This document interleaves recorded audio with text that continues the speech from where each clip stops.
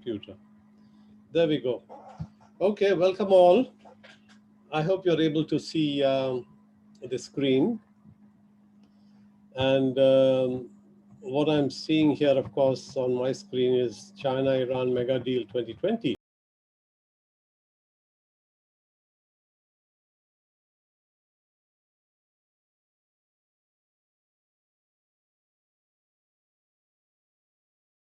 Now, I thought it would be a good topic for us to cover because in the news, of course, we've had a different scenario developing for the world vis-a-vis Iran. And what is that? One is, of course, when Trump came in, he opted out of the deal that was signed by the Europeans and by USA about limiting Iran on their processing of enrichment. And they agreed after a long time, and they have, of course, abided by it until recently when Trump pulled out USA. And what they have done since then is to slowly start the enrichment again. But again, what they say, of course, is that, for them, nuclear sort of processing and technology is not to make a bomb, but for peaceful purposes. But of course, Israel doesn't believe that. And of course, it has been pushing, USA a lot on that front. We'll talk about that. Now, what I'm going to be showing you now is, of course, the agenda for today. What was that Iran deal? Now, it's important for us to be able to look at that deal simply because what it has done to Iran has impacted Iran quite a lot, because a lot of sanctions have been imposed by USA. Now, because Europe has still gone along with the policy and has not sort of opted out of it, but nevertheless, they couldn't really trade with Iran because USA said that if any company trades with Iran, we are going to sanction that company as well. So Iran came out rather badly in the shape of having no deal at all and having those sanctions and additional ones that were imposed as well. Now with Trump sort of now leaving, thankfully, Biden coming in, there's a chance that, of course, the thing will become a bit more normalized. And I think Biden has already said that there will be some, there will be a going back to the deal again, perhaps with a few changes, perhaps, but not many, which I think is welcome news for Iran.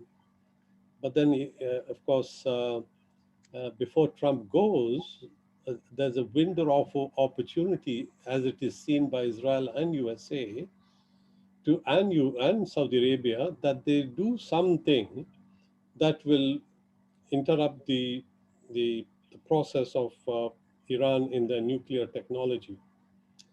And the latest news that has come out of this is, of course, they have,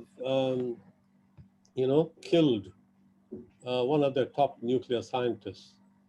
And I think the press and the media world is looking to see what the reaction of Iran is going to be. And we'll talk about that a bit later as well. Now, that is just on the nuclear front. Now, what I think is also very important that has happened is because Iran has been pushed to such limits of sanctions that their whole economy had really gone into tatters. Their oil production, the export had reduced enormously, and therefore the well-being of the economy and all that was really deteriorating fast. And what they thought was, of course, help be sort of going towards any country that helps them. And China was there. Now, USA, you see, has already pushed Iran in that sense towards the arms of China. And China came in in a big way. And they did this mega deal, which I'll be talking about. which is for about 25 years, $400 billion of investment from China's side. And in return, Iran will sort of export their oil. So it's a win-win situation for both. And of course, here what happens is that USA uh, comes on the losing side because, as any country is already seen, if you push them too much, they will not, of course, go down, but they will find ways of coming out of it. And we will talk a little bit about the impact on the region as well. I've just put down India and Pakistan. Saudi Arabia is also very much. Israel is also very much there. And we'll talk a little bit about that. Okay, now let's look at this deal that was done in 2015 during Obama's time. And these are the European countries. That's the P5 plus one, they say. The P5 are the Security Council members. Plus one is the Germany. And of course, you've got European Union as well as part of that. And they did that deal, which I think was after a long period of negotiations, which essentially allowed Iran to be limited to a certain enrichment level beyond which they were supposed to go. And that level that they were allowed was enough for them to do further research that they want to do to develop their nuclear technology and to bring in nuclear sort of power into the country for generating power and so on, and for medical things. So that was satisfactory from both sides, because on one side, the world put a block on saying, okay, no more for enrichment, because enrichment means that they could go towards building a bomb. Uh, and of course, by limiting it, it meant that Iran would not be able to pursue that objective. So it was a win-win situation when that deal was made. But what happened was that when Trump came in, he said he wants to get out of that. Now, the reason why he gave that is he says, look, it doesn't cover all aspects of Iranian foreign policy and involvement in the region. Well, Iran said, well, I mean, that wasn't the point of the point was about the nuclear technology. So it was really a cop out from USA to try and get out of it by giving some lame excuse. So here we have, I think, again, Trump, having done so much damage to the whole world and to USA in so many ways, has also done damage to a lot of other countries. So the fact that the United States unilaterally drew from this JCPOA, abandoned its international obligations, and put some extreme pressure on Iran is the root cause of the tense situation in Iran at the present. So you can see it's made by the Chinese sort of person, and China has been waiting in the wings to see how this thing develops. And of course, it came to the point where it came. You might remember we had talked about the TPP. Remember, a few weeks ago, I think I talked about RCEP, which is a regional cooperative economic program, I think, or PAC, which is the largest in the world that China has made with the ASEAN countries and Japan, Korea, Australia, New Zealand as well. So you can see it's a very big type of deal. But that deal actually was, started off by Obama, as I mentioned in my talk earlier, in my earlier talks. But then when, Trump came in, when he pulled USA out of the TPP, of course, China came in and said, look, boys, don't worry, we are here. And of course, they came in and helped themselves to the dinners that were already prepared for USA. So taking place in Iranian. So what has happened is that Iran has now entered into a good sort of deal with China. Uh, but then with Trump leaving, it's in a tricky, time window where Trump may do all sorts of mischief. And they've got the surrogates who are working on US's behalf, which is Israel and Saudi Arabia, who are doing mischief. And one of the things, of course, they're doing is what they did is to kill that nuclear scientist just a few days ago. In fact, a number of these nuclear scientists have been killed by Israeli hit squads in the 2010, 11, 12 period as well. Okay, let's look at this. Israel thinks of, this is the perspective. Now, they have a track record of preemptive strikes against nuclear targets in the region, like Baghdad and Syria. And now they could very well do that for Iran as well. But I don't think Iran will be taking that lying down like Baghdad and Syria, because Iran, all said and done, is a pretty, big power with a long history, and of course, is not going to take it lying down. So chances of success are slim, but will only temporarily halt it. So according to Israel, this nuclear deal, it says, is only going to temporarily halt the development of nuclear technology in Iran, which may be, but when the time comes, it may be renewed. So, but they're looking for excuses to take action. And it says it will also accelerate future Iranian goals for weaponization. Well, again, that's any country, I suppose, also has got this technology, and I don't think one can stop any country. It's except if they want to do it, they will go ahead and do it. Iran retaliation would affect Israel enormously, because you see, continuously Israel has been anti-Iranian, and therefore Iran, they think if they do get into a fight with Iran openly, then Israel is going to be enormously affected. And if Iran has nuclear weapons, then Israel is going to sort of be, very, very sort of much affected. And on top of that, Israel thinks that US may not join in the war in Iran with Israel if it does. So that's the apprehensions. And that's one of the reasons why that prompted them to sort of take this action before Trump goes, of killing this nuclear scientist. Now, what is the response that Iran can give on this? Iran has made it clear that if it is attacked either by Israel or the United States, it will respond in kind. So whatever type of attack they do, they're going to do it in a similar way back.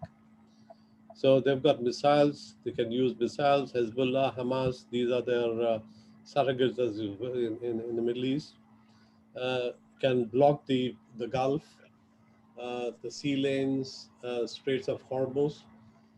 So all that is within their possibilities that they can do, which could, affect the whole world, economies included.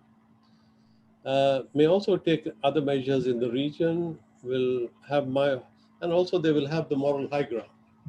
Because if they're attacked and they respond, then nobody can say, well, Iran is the culprit. No, this is the Iranian nuclear scientist that was assassinated just 3 or 4 days ago. It was by local people, of course, but of course behind this was Israel and USA. And just before his assassination, Pompeo, the US Secretary of State, he visited Saudi Arabia and Israel and UAE to try and sort of, basically cook up this plan of initiating something before Trump goes, so that when Biden comes in, it will be difficult for Biden to sort of resurrect the old nuclear deal and so on. So you can see mischief making at the very global level is something that needs to be abhorred and condemned. And USA is to be blamed. Now, here is the name of the same guy, Mohsen Fakhrizadeh. This was done in 2018, April. This is Netanyahu. He made a presentation to the world saying these are the threats that Iran has, and we are going to target. And he says in this little clip, I remember the name of this father of the nuclear program, Fakhrizadeh. And just now, the last 3 days ago, he killed him. This is the guy. So you can see Israel is very much part of that. Now, one of the things that has worked in favor of Obama going for the deal is these experts who have recommended that U.S. and Iran should have a deal in order to be able to sort of get each their particular desired ends. Because they said if you have a military attack on Iran, and that it's not going to be in the interest of USA. Rather, it should be that it has a type of approach that will limit their capability. So you can see there is a recommendation by experts to say, go for the deal, but don't go for war. Now, just to give you an idea as to where the nuclear sort of targets, if you like, if there is going to be an attack, it'll be these sort of places. Some are research reactors, some are uranium mines, and then military sites and nuclear sites here. But this scientist was actually killed in Tehran, which is where the hit squad hit him. Now, as a result of these sanctions, what has happened to Iran's oil export, you can see. They were exporting something like 3.5 to 4 million barrels a day. And when sanctions came in, you see, it plummeted. And then it came out when the sanctions were, when the deal was done by Obama. So it went up again. And then with Trump coming in, when Obama left and Trump came in, it collapsed again in 2016. I think, yeah, 2016, 17, yeah.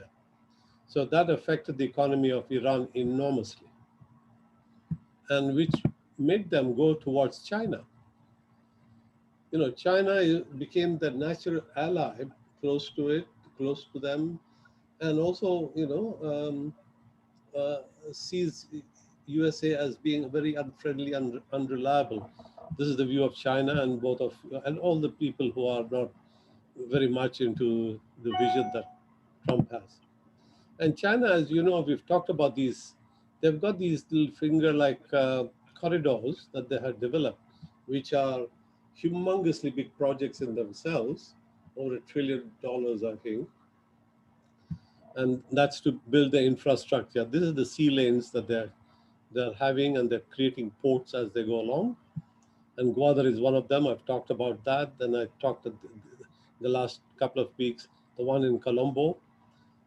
So this is the way that China uh, has cleared the roads and lanes, as it were, for its good to go up and down and its resources to come in and out.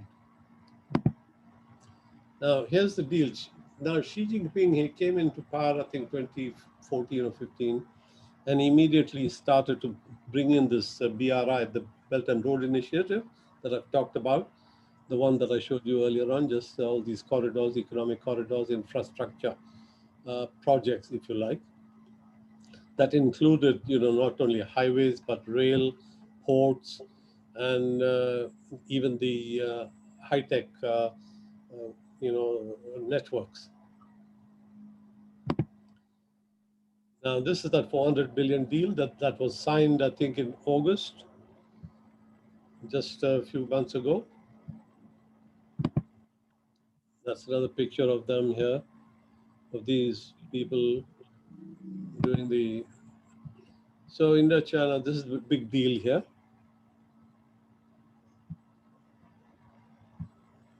These maps. Okay, what does this deal actually entail? It's a very detailed thing, but what has come to light is this: China will get access to supplies of crude oil and gas from Iran at discounted prices for the next 25 years. The deal was originally proposed January 2016 by Chinese President Xi Jinping during his visit to China. Talks are, of course, they were signed now, but earlier on the talks were on, and not all the information has come through. So basically, China will get a lot of oil from Iran. Now, what does Iran get? They start off, they'll get $280 billion worth of investment in oil and gas industry from China. And then, of course, they'll also have 120 billion in production and transportation to create the infrastructure. Also be able to develop the 5G infrastructure. That's Huawei, which we have in fact blocked. And also they want to have this investment in banking, telecommunication, ports, railways, and dozens of other sectors. So it's a huge sort of upliftment type of deal for Iran. And it makes them, in fact, be less dependent on the normal sort of Western allies who have not done them much good in the last 4 years since Trump came in. Now, one of the other things also that China is asking for to have access to is this port near the Straits of Hormuz. I'll show you a picture of that later on. I think, yeah, it's here. This port here. So it's right at the mouth of the Gulf. And you can see what a strategic thing it is. If China is going to be stationing troops here, it will be a real cause of concern for all those people who have been anti-China and anti-Iran. Now, of course, you know the Gwadar is also there. We'll talk about a little bit about that soon. Now, what are these? These routes are the ones that supply China. You see, with oil and whatnot, you can see them. And there's a bottleneck here as well. And China, as I've said before, China is worried that if this bottleneck gets blocked, the whole sort of access to the resources and market will be stopped. So that's why they're creating these sort of economic corridors and infrastructure. And that was Gwadar, as you remember, and now further inroads into Iran. So that deal is going to be spending 280 billion into refineries and gas and petrochemical types of thing, and then 180 billion for creating infrastructure like highways and what have you. Now here are these sort of links. This is the Pakistan sort of corridors that comes in. The new port, of course, is there as well, and then of course there's further access to Iran on that. This is just the highways and so on. Picture of that. They're going to be doing the network, the Huawei thing. And the other part of that deal is that they don't have to pay in dollars. Now, you know that dollars, because if you don't have imports coming in and you make business, you can't buy dollars or have dollars in your favor in the country. You know, the trade deficit will be there. And since your economy is not doing well, your earnings are low, so dollar are scarce. So what they're going to do with China is going to pay them in their own currency. And China is going to accept that currency, which is, I think, a big relief for Iran. So Huawei is going to be coming in and laying their network throughout Iran, which means that Iran is going to pull ahead in the 5G arena. They're also going to be helping the GPS here. At the moment, the Chinese GPS will come in the Baidu. Baidu is the big GPS, and all of Iran will then be helped by that.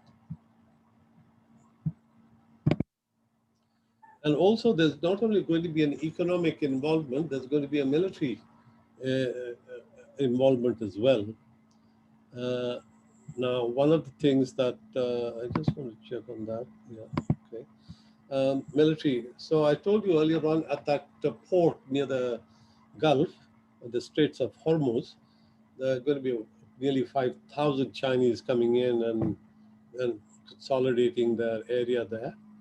So what this military association or collaboration is going to mean is they're going to sort of battle together on terrorism, drugs, and human trafficking and cross-border crimes. They'll have joint research on weapons development and joint training exercises. So they're going to get into the military quite deeply. So here it is, the 5,000 people they're going to be putting in that Straits of Hormuz.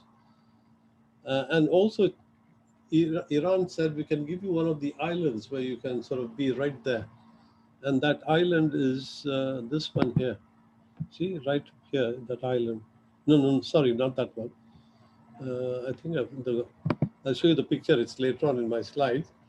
It's on the other side of the Indian Ocean, in the Gulf itself. It's a small Kish island. So I'll show you a picture of that. So it means that China will have consolidated its position very, very sort of well. I think that may be one of the uh, things that they will uh, be affected. That's in the Straits.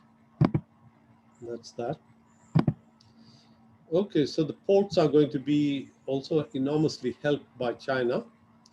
When Gwadar was made, uh, it it was an entry point for Western China, as you could see, as if you remember. So Gwadar takes you to Western China because it's a deep water port, and these other ports in the Gulf, they are shallow, but nevertheless good enough for doing the trade. So troops are going to be stationed in various places in Iran. That's again basically showing you the ports that are in the sort of what they call the pearl necklace, as China calls it. So there's the Colombo, we talked about that. There's that Maldives, I think, here. And there's Gwadar here, and then this other port that is going to be opened up, and that will have access to all of Africa. So they're going to sort of help Iran on the security areas as well, with surveillance, and they have a couple of satellites, China, and they will sort of look at it from their satellites to see how that whole thing can be monitored. Their missiles are in Iran. They've got missiles, so they'll be able to, and these are mobile ones, so they can move them around. So they're going to get some help on that front. That's a missile again. One of the things about Trump is he says that we are walking out of the Iran nuclear deal because missiles are not included in it. Well, Iran says, well, that was not part of that agreement. So they said if you want to make an agreement, you can talk about missiles as well separately. But the USA wanted just an excuse to pull out. That's all the troops and so on. That's the highway being built in various places in Iran. Now, one of the things is that, CPEC is the Pakistan involvement of China-Pakistan Economic Corridor. And you can see this thing here, there's the Gulf here, this Gwadar, and links up. And this is also a very, people are saying, well, with the $400 billion involvement of Iran with China, is China going to sort of, is Pakistan going to be less important? And of course, the answer is no, because they are very crucial to the access to Western China and directly into Africa. So China and Pakistan, CPEC has been the crux of Pakistan's effort to develop its infrastructure in the past 5 years. The value of CPEC project is worth about 62 billion in 2017. So it's quite hefty. Once the port at Jask is operational, Pakistan's port of Gwadar on the Arabian Sea will lose its unique strategic value to China. Now, this is not really true. This is India putting out that type of anti-Pakistani type of sentiment here. But nevertheless, it will have not as much impact, but because they have two different profiles. Gwadar is a deep sea because very, very heavy ships can come there, and they can take goods right up to Central Asia and to Western China. So the capacity is going to be enormous for Gwadar, and this just is going to be just a small little thing, more strategic than for economic reasons. So effectively, there's not going to be much of an impact on CPAC, because what one has seen is that China and Pakistan's friendship goes back, 60 years or even more. So they regard themselves as good friends. Yeah, that's just showing that, that the Gwadar, this Jusk as well, uh, just showing us that some more. This is giving us the amount of GDP. This is Pakistan's GDP, this is Iran's GDP, and it will have that 60 billion has an effect on No, I Pakistan. think this is two. And of course, then Iran has uh, twice as much GDP, and therefore this 400 billion is going to make a big impact on China. Okay, impact on China. Um, Now, impact on Iran. What has happened? The sanctions have really demolished the Iranian economy. So much so that inflation has been so high that the value of the currency, you know, reduced enormously. So much so that the old real, which was the currency they used, had a thousand four zeros were taken out of that real and made into a new currency called Toman. So it means that it reduced the denomination, but it just goes to show that the inflation and fall in the currency was enormous, and that's why Iran has reached out and signed this deal with China. So Saudi Arabia is going to be affected by this deal. Of course, you see, Saudi Arabia and Iran are not friends because Iran are, are Shia and Saudi Arabia is Sunni. And if you look at all the Muslims in the world, there's 85% of them are Sunni and only 15% Shia. But the Sunnis are not, they're all over the world. The high concentration of Shia is only in Iran. So very tightly sort of grouped. And being an old sort of civilization, they have a history and a culture which is quite different from Saudi Arabia. Saudi Arabia is a new country. They're desert people, but because of oil, they have become enormously rich and therefore very gullible and influential. Of course, Israel is also going to be affected by this deal, and they want their best to try and hold Iran back. And that's one of the reasons for killing this nuclear scientist, because they think that if they bait Iran by killing their nuclear, Iran is going to respond in some big way, in which case they can go back in and hit all the nuclear sites. But Iran has said, no, no, we're not going to fall into that trap. We know what you're playing at. You're waiting for, uh, well, before Trump goes, you want to inflict that damage on Iran. We will not do anything at the moment, but we will respond at our own time and choosing and place. So this is what is the impact on India. Now, India has had its own sort of concerns regarding Iran. They wanted to make Iran their friend so as to access Afghanistan, because through Pakistan, because of their relationship politically not very good, so they wanted to create a port called Shabahar to give them access into Afghanistan and then further up into Central Asia. But what has happened is that Iran has gone China's way and said, we don't want to continue this port development with India. So India is concerned. So what is alarming for India is that China will also be concluding a security and military partnership with Tehran, control over the strategic straits of Hormuz. Now, India has recently become, an enemy of China. Uh, and that is because China has risen up so rapidly that it is now sort of flexing its muscles as well. And it is affecting the geopolitics of that region enormously. And India who hasn't developed so rapidly, is very threatened by it. Now, this was what India was planning to do. Uh, it was starting to build this port in Iran so as to access Afghanistan and build a railway line here.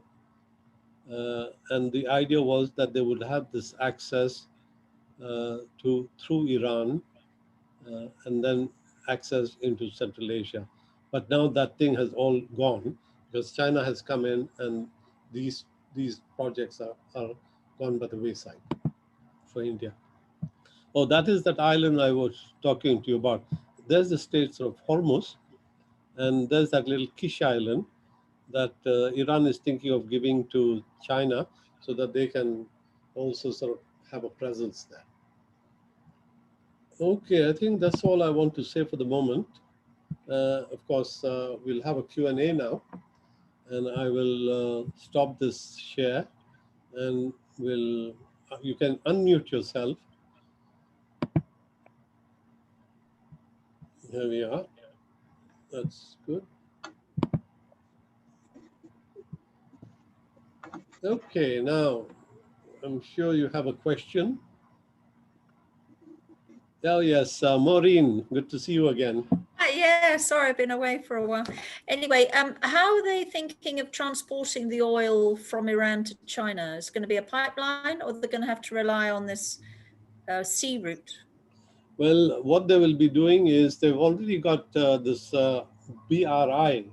The BRI means the Belt and Road Initiative, which covers that whole region, which means that they're putting in, rail lines and highways, and very likely through this pipeline as well, because with such a big deal, with such an enormous quantity of oil going across, they will have to use all venues to be able to transport that. Yeah. And if for any reasons they want to be able to send it through alternative paths as well, they can do that via the Singapore lanes and via the Gwadar connection to Western China. So they have all these options. Because it was only signed a couple of months ago, all the plans haven't been released. We just know the big ideas, and we can then sort of see that they will sort of spend enormous amount of money on 280 billion, I think, for the infrastructure of the petrochemical and gas and that sort of area sector. Okay. Okay. Yes. Shafiq? Yeah, go ahead. I really don't understand what Trump's reasoning was behind pulling out of the JCPOA, because, I mean, if he wanted to improve terms, that was different. He could have tried to do that, but he was always hell-bent on pulling out. Why? Well, he had two people in that region, Saudi Arabia and Israel, who are both regarded as enemies of Iran. And they have, in fact, affected Trump's thinking quite a lot, because you remember one of the first countries that Trump visited was Saudi Arabia, wherein he managed to get $8 billion worth of arms sales, Yeah. which was in fact not scrutinized by the institutions or the bodies in U.S. Congress and all that. In fact, the head of those scrutiny committees was fired by Iran, by Trump, when they started asking questions about this deal. Now, this will come into open once Biden sort of comes into power, that all these misgivings and deeds that have been done will be made available for us to look at. So anyway, Saudi Arabia has been, in fact, if you like, affected enormously. One, with this war that they started, which is totally and utterly sort of senseless war with Yemen, thinking they'll finish it in two weeks. And therefore, their finances and the drop in oil prices have made Saudi Arabia into a very pliant type of country to influence, and also further sales of arms by saying, look, Iran is going to attack you, so you better guard yourself well. So they had a very good customer in a way in Saudi Arabia, and Saudi Arabia was afraid that its seat, its very sort of power base was being eroded, especially after the killing of the journalist, the guy Khashoggi. So they were in no position to put up any type of thing against their better judgment. So they went along with that by acceding to all of USA's demands. And the guy who was fixing the Middle East was Jared Kushner, which is Trump's Yeah. son-in-law. And he apparently had personal relations with this MBS, who's a murderer. I mean, he killed that journalist. So MBS is bad news. And so there is some hanky-panky type of approach that is going on over there. And of course, it suited Israel quite a bit, because through Saudi Arabia, they control the OIC, the Organization of Islamic Countries, who have been neutered for the last so many years, simply because Saudi Arabia has given them a bit of money and kept them mum from voicing any concerns affecting Muslims, especially when it came to Kashmir and so on. So Saudi Arabia has been the obstructionist in terms of doing anything constructive in that region. And of course, Israel has made friends with Saudi Arabia, saying, look, we want a deal, have relations with Saudi Arabia, with and all the countries in the region. And that is the narrative that Pompeo is carrying out before when he went there in the last couple of 1 week or whatever, to try and say, um, recognize Israel, but Saudi Arabia, MBS, the prince was all agreed to do it. When the king, Salman, got to know about it, he blocked it. He said, no way, until the Palestinian issue is resolved, we cannot accept Israel. And Pakistan also has taken the same stance, so has Turkey, so has Qatar. And the people who have given in is UAE and Bahrain. Two of them have said, and I think Sudan is also coming along, they want to try and recognize Israel before the Palestinian sort of, agreement. So we'll have to be able to work that geopolitics over there to see, why Trump did what he did, because he thought that, it would be better in the interest of USA, which is quite astonishing. It's not going to be in interest of each. But then Trump has taken so many actions which are not in the interest of USA. He goes with it simply because somebody tells him that's a good idea. And in this case, I think Netanyahu has been spinning that story that it's good for USA to to attack Iran or do whatever it is that they can do and ditch this Iranian deal. Anyway, sorry, I'm rambling on that, but That's fine. But then can I just add on to that? So all the Muslim countries like Iran and Pakistan who are signing up with China, whereas in the West there's a lot of hoo-ha about the Uyghurs, who are the Muslims. So how does that sit with everyone? Are the Muslim countries not so bothered about human rights aspects as the West well, is? it's rather sort of ironical that one is talking about a few million Uyghurs in China when 8 million Kashmiris have been in lockdown virtually with no access to any communication by India. Yeah. And not a squeak has come out from OIC, which is the Organization of Islamic Countries, which is one of the reasons why Pakistan has really taken a strong stand against Saudi Arabia. Saudi Arabia, in order to try and pressure Pakistan, and also they have said, look, we'll throw out all your Pakistani workers from here if you don't abide by our sort of dictates. And Pakistan says, well, you've had your say now. We are going to adopt a different strategy. We will talk to the OIC ourselves.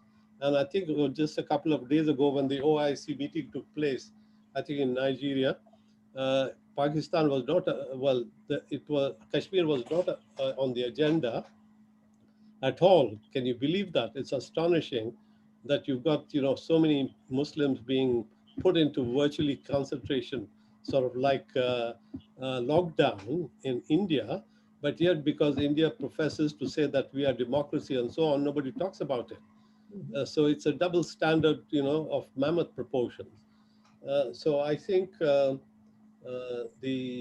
Muslim countries, basically the voice has been neutered by Saudi Arabia mostly because they have been guiding or rather head of the OIC. But now with the new sort of leadership coming up, like Pakistan, Turkey, Qatar, even Iran, countries are starting to say, yes, there is somebody, even Indonesia, we will be able to voice our opinions.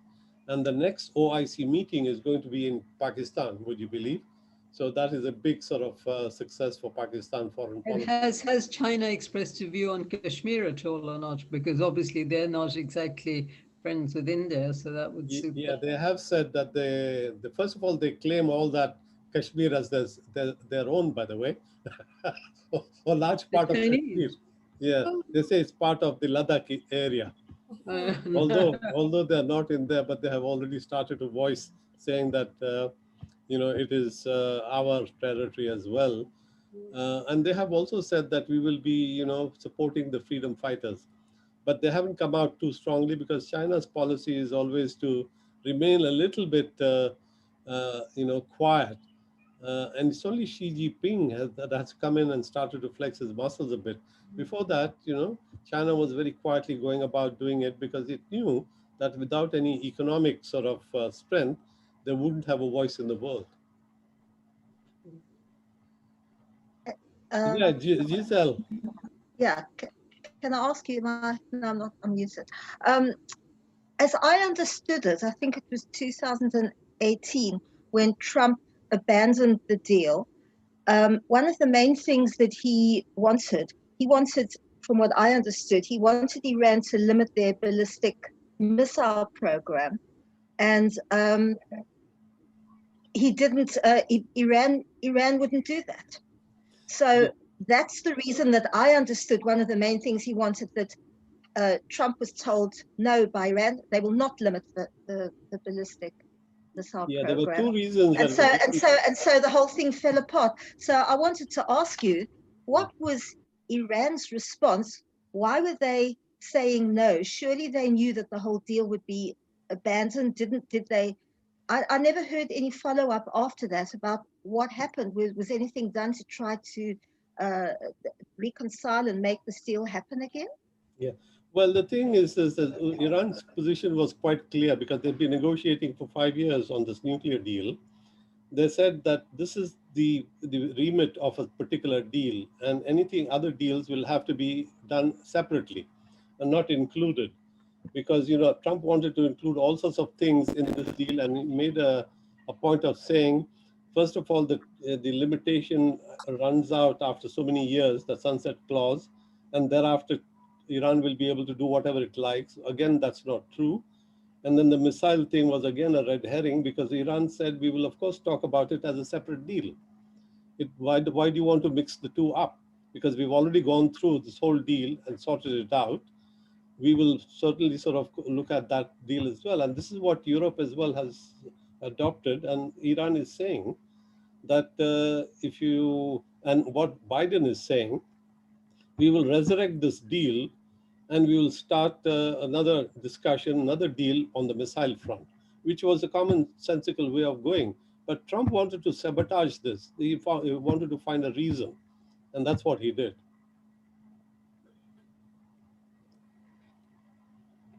Yeah. Hi there, George. Hi. Yeah, yeah.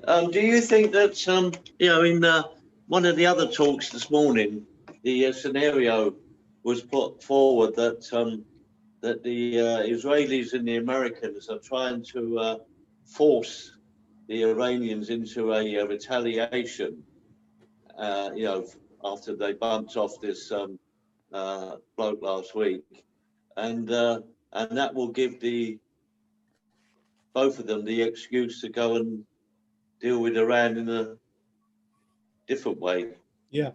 Well, this is why I said it was baiting Iran by killing the nuclear scientists. Because remember, I think earlier on this year, they killed the General Soleimani.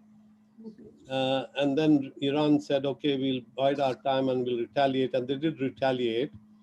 But it was, again, at the sites of US sites in Iraq. And I think there was also a hit on the petrochemical plant in Saudi Arabia. They do this through proxies, basically. And Soleimani was part of that, the troop commander, with troops in Syria and Iraq and elsewhere. So they got their sort of, as it were, retaliatory type of action done. But in this case, what is being done is they don't want to attack Iran directly by going and bombing any of the nuclear sites, which is what I think Netanyahu wants, because that way, they'll have a reason. And in order to go and do that, they're waiting for Iran to do an attack in some big way. And Iran is saying, we're not going to attack just now, we'll bide our time. We know what you're trying to do. So what they'll do is they'll wait for Biden to come in, because Trump is waiting for an excuse to just go in and bomb. They don't want to give an excuse like that. It's a dangerous situation, though. Sorry? It's a dangerous situation. Yeah, it is. One of the things that has been said today on the news is that Iran, if it's going to hit, then they're going to hit Haifa. Oh my God. Yeah, and this is by one of the papers in Tehran that was close to, the publisher is close to the Khomeini, the top guy. And if it's coming from that newspaper, there might be some thinking like this. That's what they're sort of, thinking. And why Haifa? Well, one is all got the power utilities over there. So it could be that they might hit the power utilities and whatnot. But I doubt very much they will attack anything in Israel. They will use their surrogates, I think, Iran, to hit all the various other things that are around, because they don't want to have a war starting, themselves.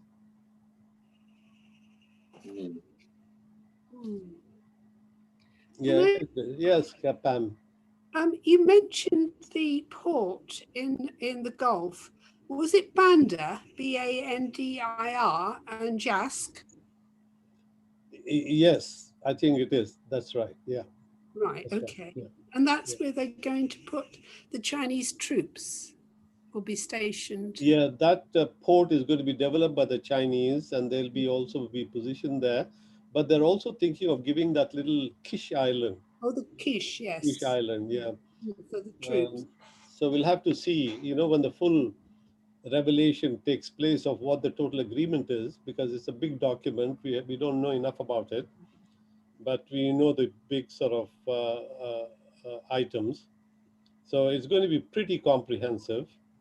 And I think it's that Iran is now feeling quite safe, at least that they have some economic well-being, because the oil is going to be paid for, or they will get some money in terms of development, and that means a lot of jobs for Iranians and more commercial activity and so on. I think they're probably left without any choice after the way the West treated them. The what? They were probably left without much choice, were they, Iran? After That's right. They had no choice because they were down on their knees, actually. Because you see, Europe was willing to trade with them, but the European companies, they said, well, we can't because America is going to sanction the companies, their global sort of trade. So that's why the companies from Europe didn't. And that's why Iran said, look, what sort of a deal is this? You know, if USA says no, then everybody has to follow suit, and the agreement is, you know, unworkable like that. So with Biden coming in, I think there's a good chance that things will improve. Please God. Unless Trump does all this mischief making before he goes. Yeah, Jim. Yeah, you mentioned the Shia and the Sunni, but I'm not familiar. How do they feel about each other? Is there a lot of conflict, or is that finished now? I mean, how serious is it? Well, they have slightly different religious sort of starting points, as it were. Shias are people who have the religious head of countries because they wish to have some morality in their democracy that they practice. Right. The Sunnis have a monarchy type of system where they have the scholars and that sort of, but the administrators are not very, they're not very democratic. But anyhow, that's the form of governments that they have at the moment. But in terms of the basic difference is that the Sunnis have much more, if you like, democratic approach than the Shias. The Shias have the religious head as their top guy. Oh, I see. Sunnis don't have that. So it's like separating the state from religion. You know, in the West, that has happened during Enlightenment and so on. In the Sunnis, that has always been the case, that there is no head who is the religious head. Although the Khalifa, when he was there, they took on that role. But in theory, there's the Khalifa is not a scholar or anybody. But in the case of Shias, the Imam is a scholar. So he is regarded as, in the old days, they regarded as being infallible. But now they think that they are fallible. So they are not putting that much credence in their sort of direction that they give, or directives they give sometimes. So Shias and Sunnis, historically, there have been sort of fights in terms of supremacy for certain regions. But I've known a lot of Shias in my life. I'm Sunni, although not a very good Sunni, I suppose, if somebody looks at it from the point of view of really religious sort of definitions. And the Shias, they have other practices that are a bit more mystical. They follow the Imam Ali, who's the first Imam of that time. And his two children were supposedly killed by Sunni of that time. And that is the main sort of enmity that exists. That, the Shias say you killed our early Imams, and the Sunnis probably said sorry, but nobody says so in modern times of anything like that. But historical development has gone that way. So they have evolved certain different practices themselves, but they still have one holy book, which is the Quran, and they believe in the first four Khalifas. That's the four Khalifas that they all believe, and Muslims and Shia believe, are of course Abu Bakr, Ali, Umar, and there's another one I forgot. So four of them, and after that, they went their own way, and Sunnis went their own way. Thank you very much. Okay. It's very similar to the Catholics and the Protestants, and if you look at the history of religions, it's always split into two. You had the 30 Years' War in Europe, and the Reformation period, or the reshuffle of the pack, rather. So like all these religions, they all end up fighting each other. Knocking the daylights out of. That's right, because it's an area which is ripe for exploitation by power-hungry leaders. Whoever comes in with a gift of the gab or some little thing in his pocket, he will try and influence that number of people and swing it his way, and it's a power game that gets played using religion. It's a power game of anything, any ideology as well. It becomes a power. It's material for a power game to be enacted. All right, how are we doing? Are we all set? Yes. Okay, then I think I've recorded Pam. Thanks for reminding me that. So I'll send you a clip of this. To the end of the term, Shafiq.